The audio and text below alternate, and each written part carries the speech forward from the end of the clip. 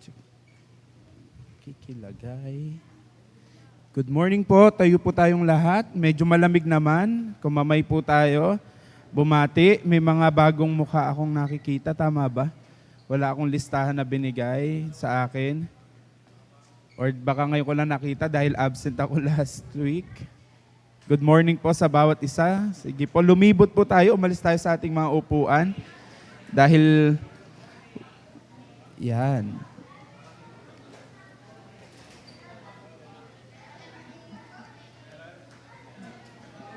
Bagong mukha.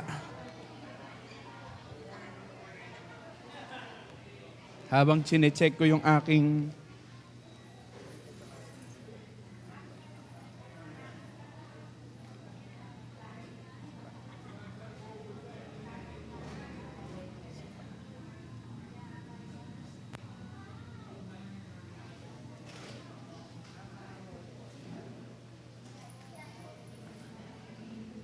Good morning po sa bawat isa at welcome to another Sunday.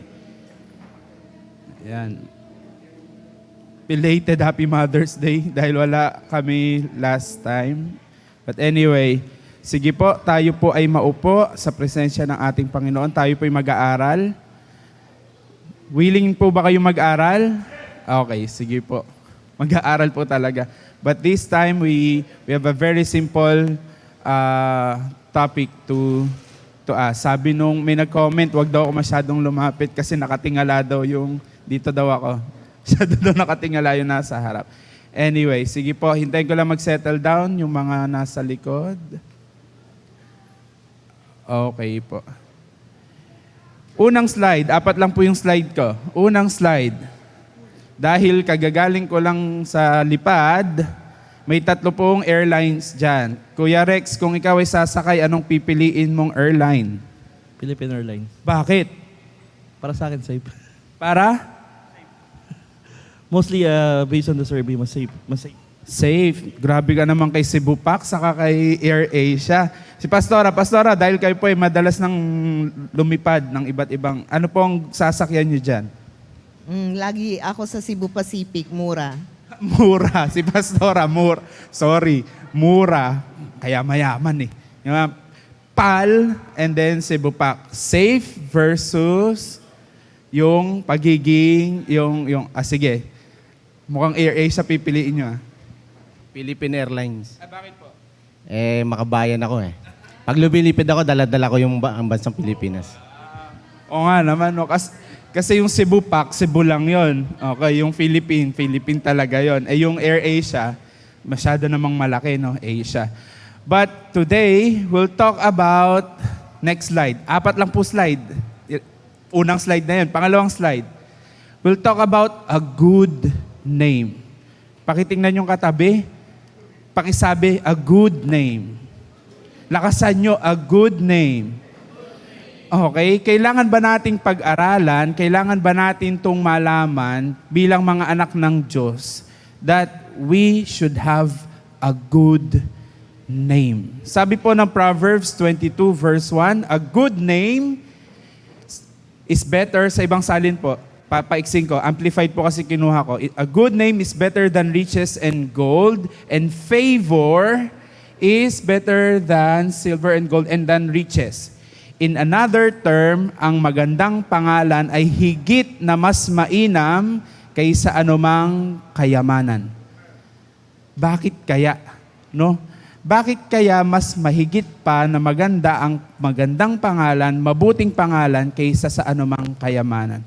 Pag-aralan natin yan ngayong umaga. Let's bow down our heads before God. God, we commit this moment unto you. Mangusap ka, manguna ka. Salamat na ikaw, na aming Diyos, na sinasamba at pinaglilingkuran. You have the good name because you are good. And the name that are names associated to you are always good. From the very beginning, you are good. And everything you have created is good. God, right now we pray, be with us. Teach us. Holy Spirit, we invite your ministry of enlightenment in our hearts, in our minds. Tulungan mo nga kami na magkaroon ng kaliwanagan sa simula at hanggang katapusan ng pag-aaral na ito. Thank you, God, that you will talk to each one of us. In Jesus' name we pray. Amen, amen. Shem is the Hebrew name. Wala po dyan. Kaya po kailangan nyo makinig sa mga nagno-notes. Shem is the Hebrew name for name. S-H-E-M. Shem. It means that it is a reputation, good standing in the community. Okay po. And in Latin, kasi kinuha ko, hindi ko kinuha yung sa Greek, yung in Latin, pag nagtuturo po kami ng English, ang tawag po dyan ay nomen. Okay? Nomen or name. Kaya po meron tayong English term na nomenclature. Okay? Pag sinabi nyo pong nomenclature, ibig sabihin pangalan. Or in part of speech, ano po yung part of speech na nagpapangalan? O, balik tayo ng English. Noun. Okay po. Kaya po yung noun, ibig sabihin po nun, name. At sa buong paligid po natin, pag tiningnan nyo, walang bagay o tao na walang pangalan. Dapat lahat may pangalan. Tama po. Ang tanong na lang ay anong klaseng pangalan? Okay? Well, pag-isipan nyo po, lahat ng tingnan nyo sa paligid may pangalan. Hindi pwedeng wala. Okay? Kahit yung maliit, switch, pangalan yon. Okay? Pindutan. Ibig sabihin pangalan lahat ng iyon. Ibig pong sabihin sa buhay na to, importante na may pangalan ka. Kasi pag wala pong pangalan ang tao, sabi ko nga, pag nagtuturo ako ng English, pag tinawag kita, psst, hoy, ang pangit. Walang dignity. Walang dating. Walang meaning. Kasi pag tinawag kang psst, iba, kaya po, wag po kayong magsisit-sit ng tao kasi nakakababa po yun ang pagkatao. Kasi may pangalan yan. Kilalanin mo. Wag mo lang sisit-sitan. Kaya nga po may batas to the point na bawal kang mag-catcall. Kasi hindi mo yun ginagawa sa tao. Ang tao ay may pangalan. Okay po? So kung may application man tayo ngayon, dahil linggo-linggo tayo nagkikita-kita dito, kilalanin natin ang bawat isa sa pangalan. Huwag yung hoy. Psst. Ay, sino nga ba yun? Tagal nang magkakasama, hindi pa kilala sa pangalan. One thing that you would like to learn in life is to know people by name. Iba kasi dating nun, pag kilala ka sa pangalan. And that's very simple.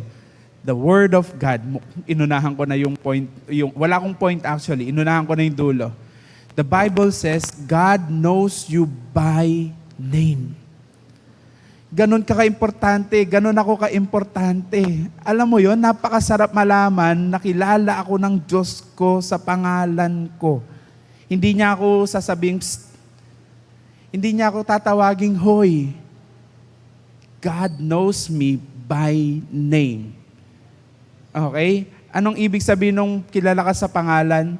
Alam mo yung pag, kilala mo ba si ganito? Oo, si Jacob na ano? May naka-angkla agad na, may nakasama agad na adjective. Kasi nga, ganon ka-importante ang pangalan. There are associations of name. May mga kadugtong po yung pangalan natin. Halimbawa, si Jenny, yung anak ni family name. Kung ano po yung family name ninyo, Cruz, Leonardo, Recchio, Samonte, Yang, Flamenio, kung ano man ang apelyido ninyo, na-associate po iyan. Kaya dapat po iniingatan. Kaya po sabi, Proverbs 22, hindi sinabing a name, hindi sinabing ganon, may adjective, a good name. Okay po, and in Amplified, sabi po dyan, honorable behavior, godly wisdom, moral courage, and personal integrity. Ang lalalim po nung binigay na adjective. Hindi siya sinabing name lang. Sinabi, a good name is better than riches. Kaya nga po, pag mayroon kang magandang pangalan, alam nyo ba na ipapangutang yan? Diba? Na ipapangutang yan. Punta ka sa bangko. Pag pumunta ka sa bangko, good ang record mo, mabilis yan ma-release. Pasimplihin pa natin. Pag pumunta ka kay Sister Belen, wala pala dito, sa tindahan niya, at nangutang ka, di ba? At good ang record mo, madaling magpautang, madaling i-release. Pero kapag ang pangalan mo ay hindi good record, nako, rejected. Okay? Sa bangko, rejected yan. Declined. Nakatatak. No. Kaya po importante that we should have a good name. Madali bang magkaroon ng good name? Hindi. Napakahirap magkaroon ng good name. It will take you years. Kaya mga kabataan, kayo habang kayo ay bata pa, naririnig nyo to, make sure that you put it in heart. Hindi madaling magkaroon ng good name. Kaya ngayon pa lang, kung pwede kang hindi mangopya, huwag kang mangopya. Okay? Kung pwede kang hindi maging two-timer, huwag kang maging two-timer. Okay? Kung hindi ka collect, select, huwag niyong gawin yon mga kabataan. Kasi masasama na yun sa pangalan mo hanggang tumanda ka. Sasabihin pa sa'yo, tanda mo ba nung tayo ay bata pa, ganito ka. Ibig sabihin, ganun po kahirap i-build ang good name. Hindi po siya madali. Pero, napakadali pong sirain ng good name. Tama? Magbigay ka lang ng isang maling story. For example, sinabi mo na, ay, etong baliwag lechon, kasi ano tayo, Bulacan, itong baliwag lechon, naku, minakuha kong uod dun sa sa manok. Pag kumalat na yon, ang hirap mo ngayon bawiin yon. Diba? Ang tagal itinayo ng pundasyon ng baliwag lechon at isang paninira lang, sira agad. The same thing, mga kapatid, sa atin, sa buhay Kristiyano. Hindi po siya madali. Ang hirap i-build ng good name. Pero, ang daling sirain. Daling sirain yan. Uy, alam mo ba si ano?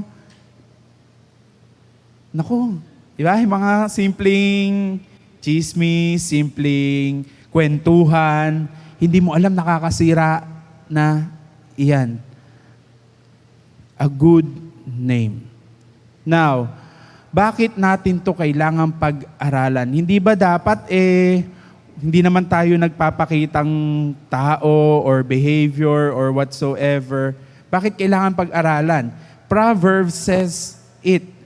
Sinabi ng Proverbs. And even in the New Testament, we are called to have a good name. May sinabi ba in the Bible, in the New Testament, that we should have a good name?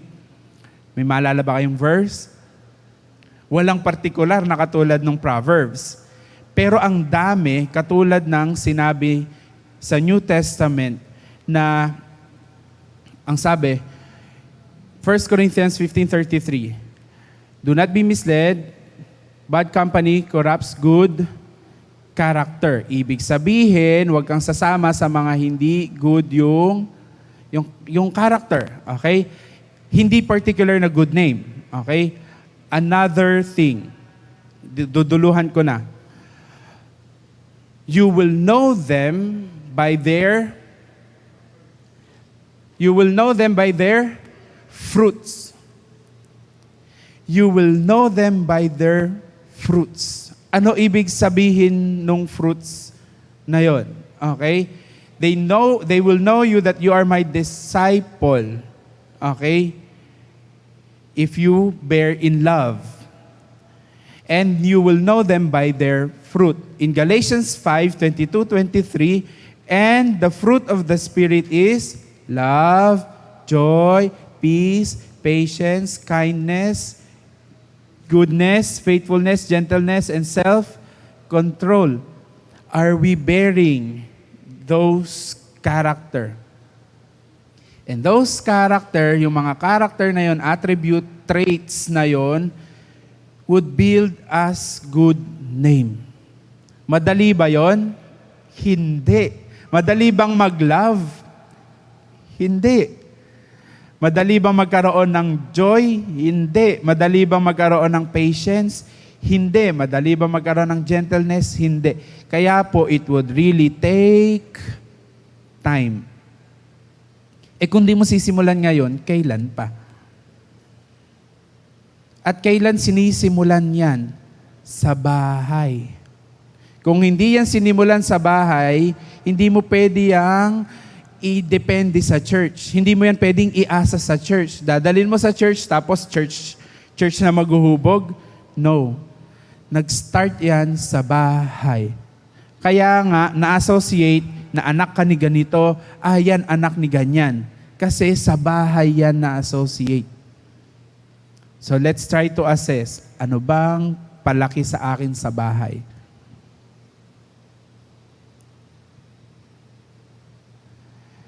But in reality, mga kapatid, we don't have good name on our own.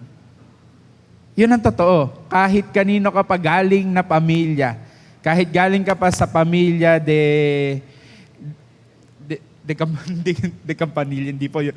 Pamilyang maganda, mayaman, kahit saan ka pa galing, in reality, we don't have that good name from the very beginning. Bakit? Lahat po tayo ay makasalanan. From the very beginning, lahat po walang umabot. Lahat po tayo ay nagkasala. Ngayon, saan natin makukuha yung good name na yan? Later, we will know. Okay? Pero isa-isahin pa natin. Pag po upuan, lalo monoblock, anong pangalan ang kilala? Ano pa? Orokan. Pag-upuan.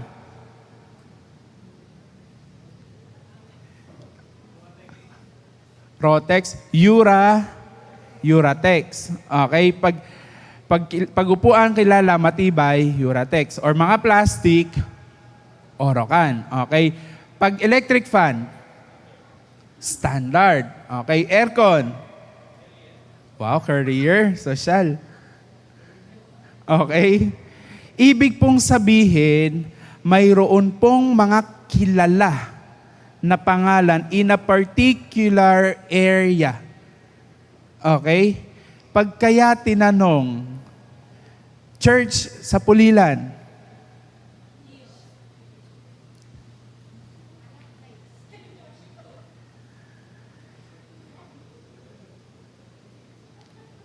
hindi na nakapagsalita.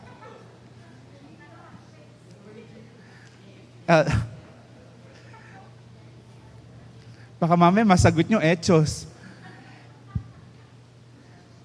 Something to think about, mga kapatid.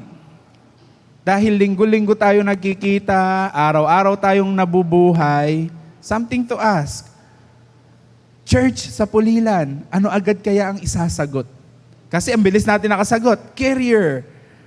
Uratex. Ang bilis nakasagot. Pero sa tanong, church sa Pulilan.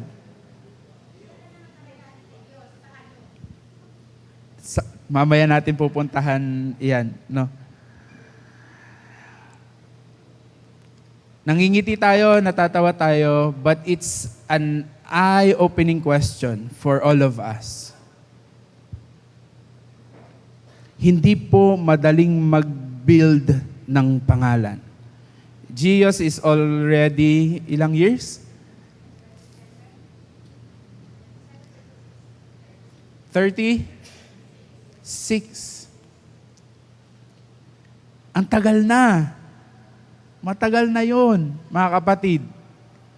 And it should have a good name at least by then. I'm 39. Okay? Ano pa lang bang meron ako? Siguro tapos na akong masters. Okay, yun pa lang meron. May pamilya, may magandang asawa, 3 malilikot na anak. 39, hindi nalalayo sa 36. Something to ask for the church. Nasaan na si Gios? Kasi mas mainam ang magandang pangalan kaysa sa lupa, ay kaysa sa kayamanan. I hope you're getting the point. Mawalan man tayo ng yaman, mawalan man tayo ng kung ano, kahit saan tayo dalhin, the name itself will stand because it is good.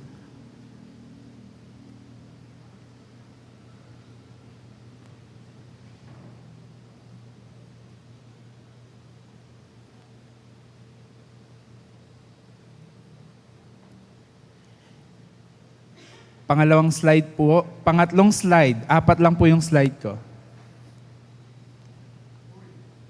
4 or 5. Certificate. Most of us, lahat tayo gusto natin ma-recognize. Tama? Ay, ang galing nitong sumayaw. Ay, ang galing nitong mag-organize ng event. Ay, ang galing nitong maging tatay. Ang galing nitong negosyante. Ang galing nitong manunugtog. We all want to be recognized. Hindi naman masama na ma-recognize tayo. Okay? Pero ano bang sinasabi ng Biblia na dapat inaasam natin when it comes to name? Ano ba yung higit nating dapat asamin kaysa sa magkaroon ng mataginting na tunog ng pangalan sa mundong ito? Sabi ng Lucas, kung di ako nagkakamali, next slide. Luke 10:20. Ngunit magalak kayo, hindi dahil sa napapasunod ninyo ang masasamang espiritu, kundi dahil nakatala sa langit ang inyong mga pangalan. We're all sure na nakatala ang ating pangalan in the book of life. Okay? Pero ang tanong, dun ba nagtatapos yun? Pero background lang tayo. In Luke chapter 10 verse 20, 72 men, disciples, were sent. 72 po ay pinahayo ni Jesus, no? Tapos may mga bilin siya, huwag ka magdala ng lalagyan ng pera, or kung ano, marami pa po siyang bilin. Ito po yung part na bumalik na sila kay Jesus. At masayang-masaya po silang sinabi, nakapagpalayas po kami ng demonyo sa pangalan nyo. Yun yung poong importante in verse 18. Sabi, masaya silang bumalik. Kami po'y nakapagpalayas, nakapagpagaling sa pangalan ninyo. Ang bit-bit po nilang pangalan ay pangalan ni Jesus. Okay po. Tapos, ito po ang sagot sa kanila ni Jesus. Huwag kayong magalak na sumusunod sa inyo yung Espiritu. Ang ikagalak ninyo ay yung kasiguraduhan na ang pangalan ninyo ay nakasulat, nakatala sa aklat ng buhay. So ngayon, kung meron man po tayong kasama ngayon na hindi pa sigurado na kayo po ay ligtas at hindi nakatala ang inyong pangalan, kung meron man po kayong gagawin bago kayo lumabas ng bulwagang ito, ayun ay siguraduhing nakatala ang pangalan ninyo sa aklat ng buhay. Pero puntahan natin yung other side. Kasi I'm talking to Christians already. Sa mga sigurado ng nakatala ang pangalan sa aklat ng buhay. Okay? Majority kasi na nakikita ko ngayon, I know na tinanggap nyo na ang Panginoong Hesukristo. Okay? Pero ang tanong, doon ba nagtatapos iyon? Ang sagot na malinaw, hindi. Babalikan natin ang teaching. Justification is where we've been saved. We've been justified through Jesus Christ. But justification is just the beginning of salvation. Hindi po doon magtatapos yon. Kung tayo ay nagtapos sa justification, sana lahat tayo ngayon, lagi ulit-ulit sinasabi, sana wala na tayo ngayon. Nung na-save ka, sana kinuha ka na ng Diyos. Hindi nga eh. Nandito pa rin tayo. Ibig sabihin, may pagpapatuloy. And that is the phase of sanctification. And sanctification is making yourself holy because your God is holy. And holy doesn't mean na hindi ka nagkakasala. Hindi ibig sabihin nun may halo, okay? May wings, tapos laging ganyan, laging No. Holy means you are separated from the world. Separated kung paano kumilos ang mundo, separated kung paano mag-isip ang mundo, separated kung paano mag-view ang mundo. Pero lagi bang ganon? Hindi rin. Bakit? Kasi nandito pa rin tayo sa mundo. Pero the sanctification is from glory to glory, day by day. Pinipili. It's not perfection. It's not perfection. Now, bakit ko dinidiinan dito? Kasi a good name will not happen again overnight. Gustuhin man natin magkaroon ng good name, pinagtatrabahuhan po iyon. Kung paanong tinatrabaho ng kaaway na sirain ka, ganun mo din dapat trabahuhin na i-build yung good name.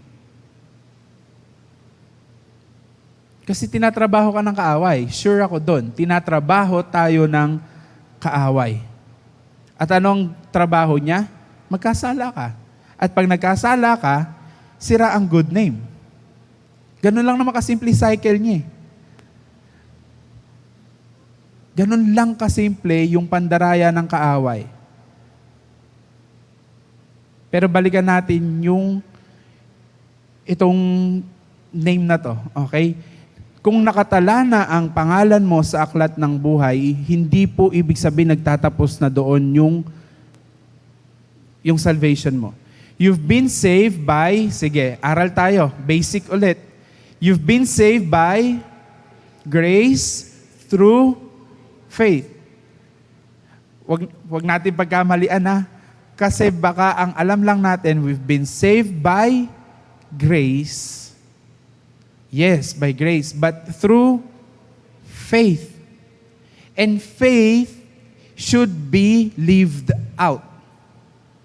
Ulitin ko po, ang pananampalataya ay dapat inililive out. Ipinapakita, nakikita sa gawa. Sabi ng James, I think that's my last verse. Mabilis lang, pero it's a quick reminder for all of us. Sabi ng James, but some may say, you claim to have faith and I have good works. Show me your alleged faith without the works if you can, and I will show you my faith by my works, that is by what I do. Pag inakyat nyo pa po yung pagbasa dyan, sabi, pag daw ba may pumunta sa'yo na tao o kaibigan mo na nangangailangan, sasabihin mo lang ba sa kanya, God bless you, humayo ka, ipagpe-pray kita. Samantalang meron ka namang pwedeng ibigay para maibsan yung gutom niya o yung panlalamig niya. Okay? Tapos isinunod po ito. Basahin niyo po yung context. Okay? Now, the same thing mga kapatid. Yes, we're living by grace, by faith. At sinasabi natin we have faith. Pero if it is not, kung ito ay hindi sasamahan ng good action, wala po siyang resulta. Wala siyang ebidensya. Kaya po, ang good works ay ebidensya ng kaligtasan na mayroon tayo. Na dapat nakikita sa atin. Anong kinalaman ng good works sa good name? Only those who have been crucified with Christ can really do good work that will build good name. Hindi ka naman pwede magkaroon ng good name ang ginagawa mo, bad work. If you want to have a good name, you need to have a good work. Masama ba iyon? Hindi. Okay? Kasi yun nga yung ebidensya na ligtas ka. Pero kapag wala kang good work, kailangan questionin. Kailangan questionin yung salvation ko. Ako, tatanungin ko, ba't ganon, hindi ko pa rin makuha magpatawad? Ka-question yung salvation ko if there's no evidence of that salvation. And the evidence of the salvation is by faith na ipinamumuhay. Kasi I've been saved by grace through faith.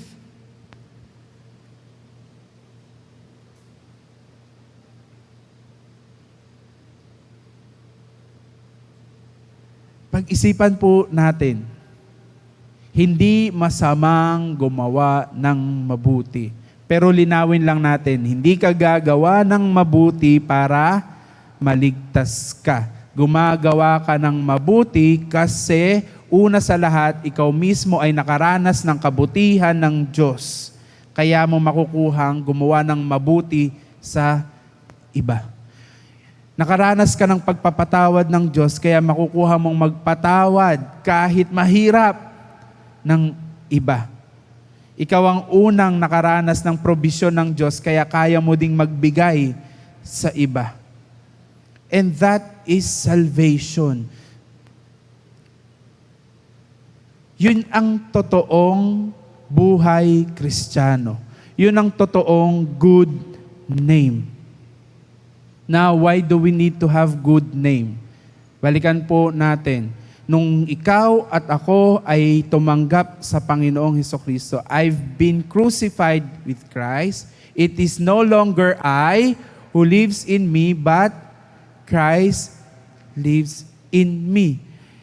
Kung totoo yung verse na yon sa buhay ko, so dapat ang nakikita sa pamumuhay ko ay kilos ni Kristo. Kilos Kristiyano. Kaya nga itinatanong yung alam niyo po ba yon? WWJD. Kapag ikaw ay nasa isang sitwasyon, lalo kailangan mo magdesisyon, tanong mo daw yung WWJD. What would Jesus do? What would Jesus do? Kasi hindi ka na namumuhay ng sarili mo lang. Kaakibat mo na yung pangalan ni Kristo. Yan ba, Kristiyano? Diba? At hindi lang yon, kaakibat na rin po natin, kasama na rin po ng pangalan natin yung church na ina-attenan natin. Yan ba yung umaaten doon sa Giyos, doon sa Pakurba, yung katabi ng Maryland?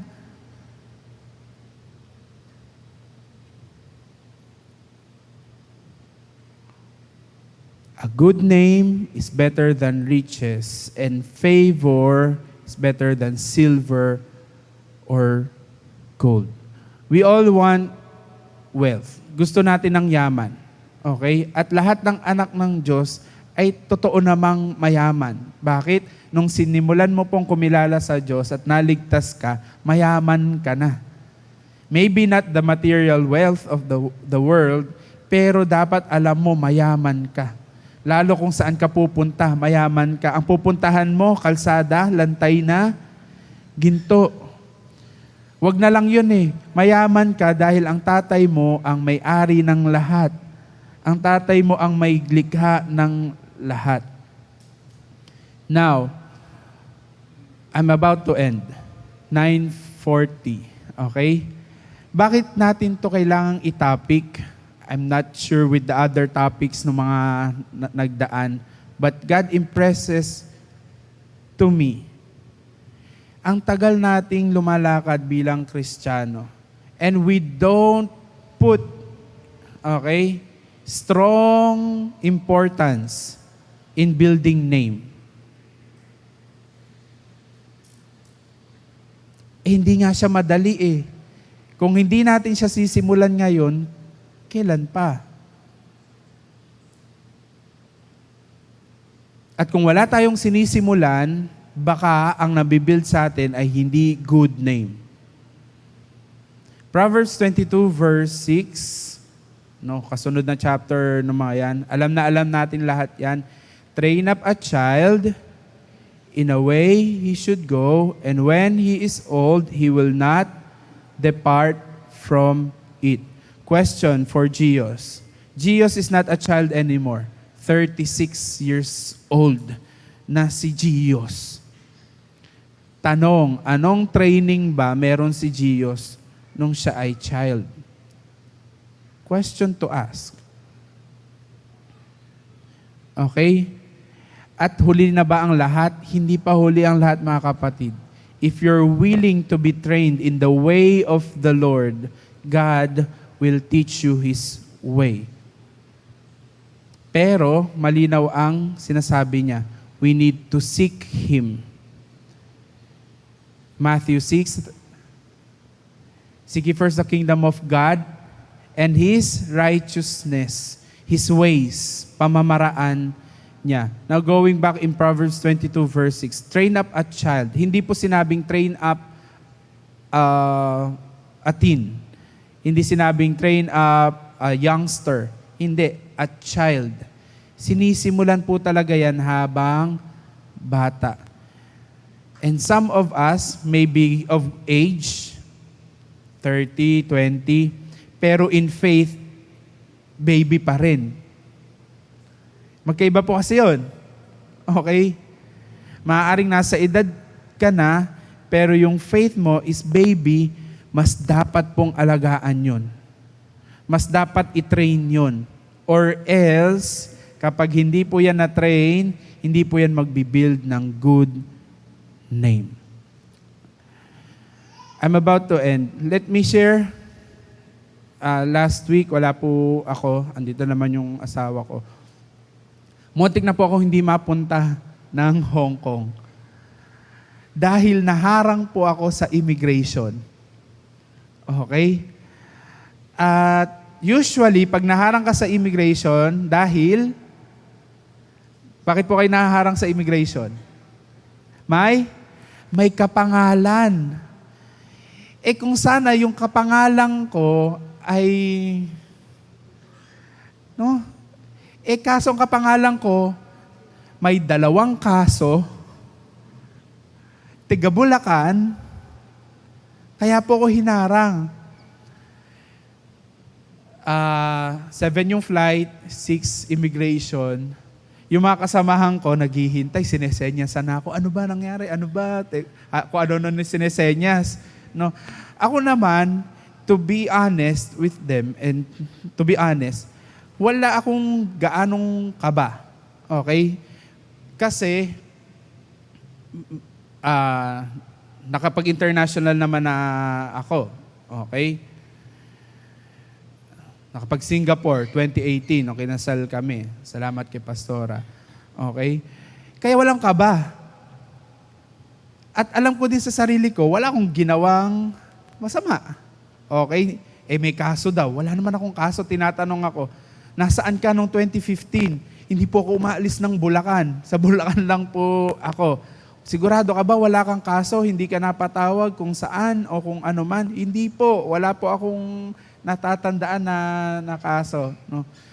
Sa madaling salita, siguro it took 15 to 20 minutes. Ang hirap nun, no? Nasa immigration ka. Tapos, kinukumpara ka sa isang tao na may kaso, ikaw sa sarili mo, alam mo wala kang kaso. To cut it short, pinayagan, pero sabi, kailangan kong kumuha ng dokumento na magpapatunay kasi next time na mag-international ulit ako, hindi na ako papayagan. So, kailangan kong ayusin yun. Now, why am I sharing this to you? Mga kapatid, kung ang pangalan ko ay totoong may kaso, ang dami kong nasayang. Kasi yung Hong Kong na yon ay libre lang ng may-ari. As in, libre for 4 days. Airfare, accommodation, pagkain, may pocket money pa.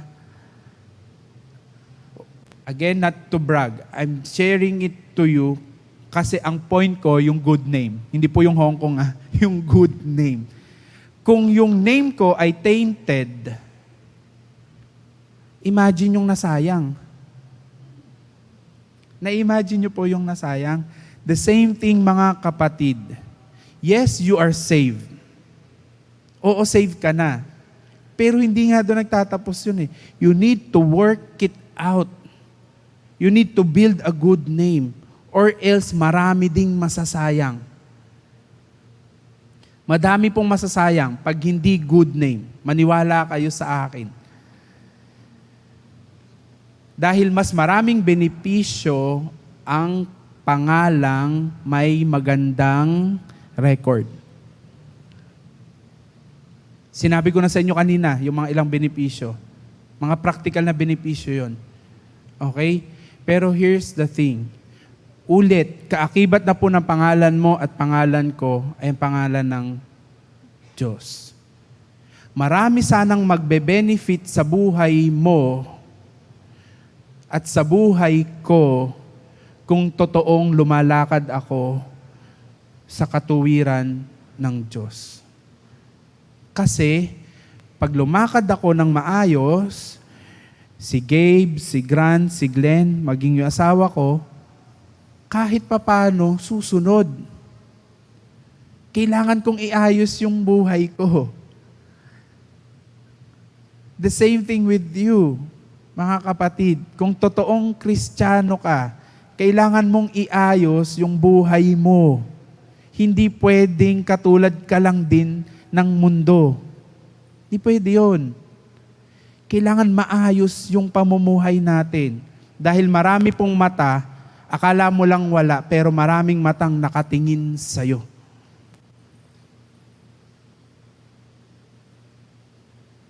Maraming matang nakatingin sa atin na mga Kristiyano. Na kahit hindi sila magbasa ng Bible, pero pag narinig ka nilang makipag-usap, makita ka nilang mamuhay, they will believe na totoo ang Diyos.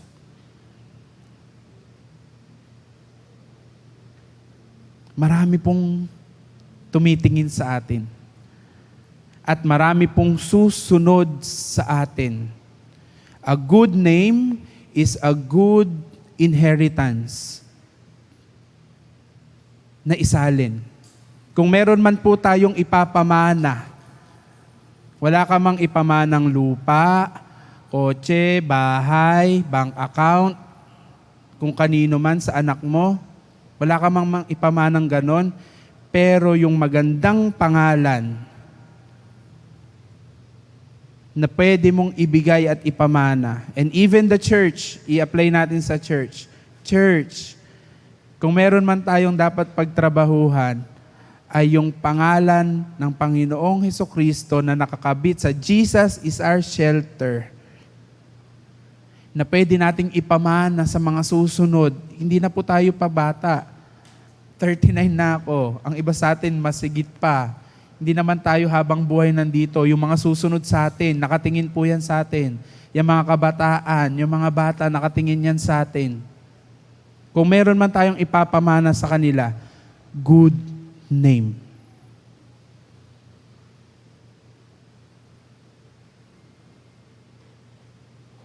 Practical po yun. Bakit? Ang dami ko nang nabalitaan. Wag nang iba. Nanay ko na lang. Nanay ko patay na. Pero kahit patay na ang nanay ko, dahil ang nanay ko hindi perfect, pero nagtanim ng good name, ang dami pag naalala, ay yung nanay mo, sipag niya. Baka maiyak pa ako. No. Ganon din po mga kapatid, kahit mamatay ka na, okay, kahit mamatay ako, pag iyang good name na isalin mo, magandang pamana po iyan.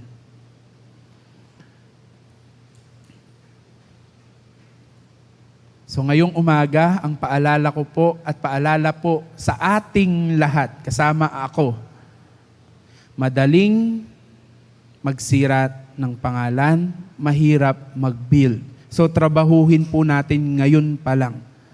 Okay? Next, a good name is better than wealth. Kung meron ka mang yaman na gugustuhin at hahangarin, iyon ay pagyamanin yung karakter ng Diyos sa buhay mo.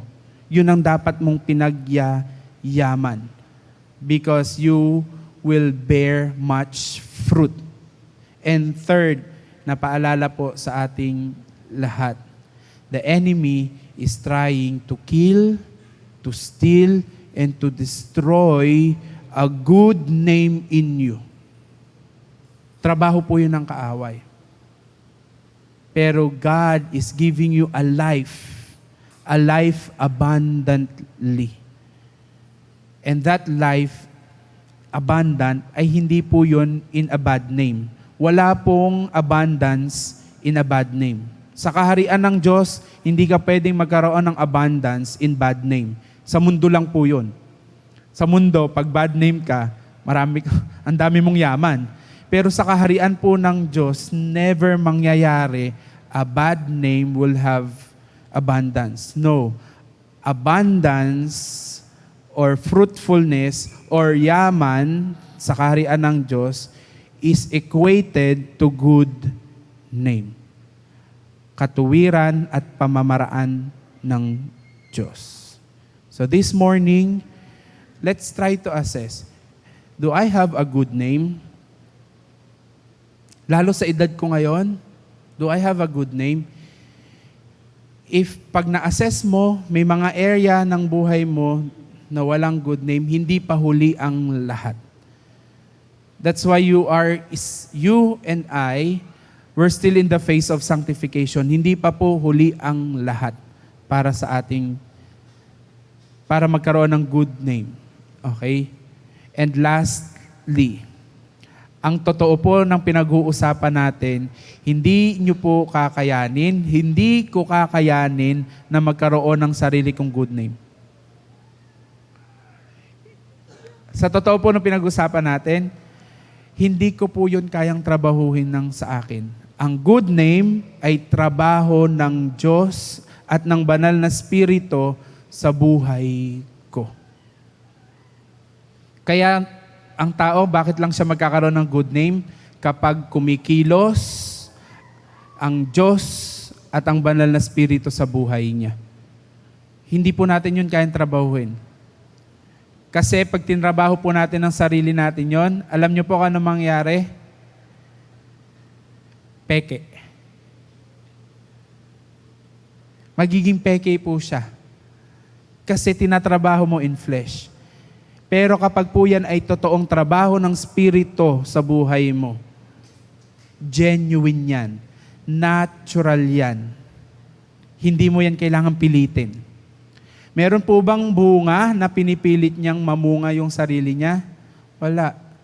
Ang bunga, natural na lalabas. Let's pray. Father, we thank you. We know it's basic. We know na paulit-ulit sometimes itong aming pinag-aaralan. But thank you for reminding us na hindi mo kami niligtas para magwalwal at abusuhin yung grasya na binigay mo sa amin. Kami ay minahal mo, pinatawad mo, so that we will walk in the light. You have taken us out of darkness and you have brought us to light. At ang taong namumuhay sa kaliwanagan ay namumuhay ng may katuwiran at may kaayusan. So God, I pray for each one of us, kabilang ako. Kung mayroon man kaming area ng buhay namin na ipinamumuhay namin na hindi nagbibigay ng karangalan sa pangalan mo, will you please give us the courage na aminin at humingi ng lakas na baguhin yung area ng buhay namin na yon. Lord, thank you that when we associated our name with you, it will always be a good name. Tulungan mo nga kami, Lord, na maging parte ng pag-expand ng kaharian mo dito sa lupa. By living a life with a purpose, by living a life according to your character, according to your ways. And Lord, as a church, we're asking right now, kung mayroon man din po kaming ginagawa as a church, as GIOS, mga bagay na hindi nakakapagbigay ng kaluguran sa pangalan mo, will you please enlighten us?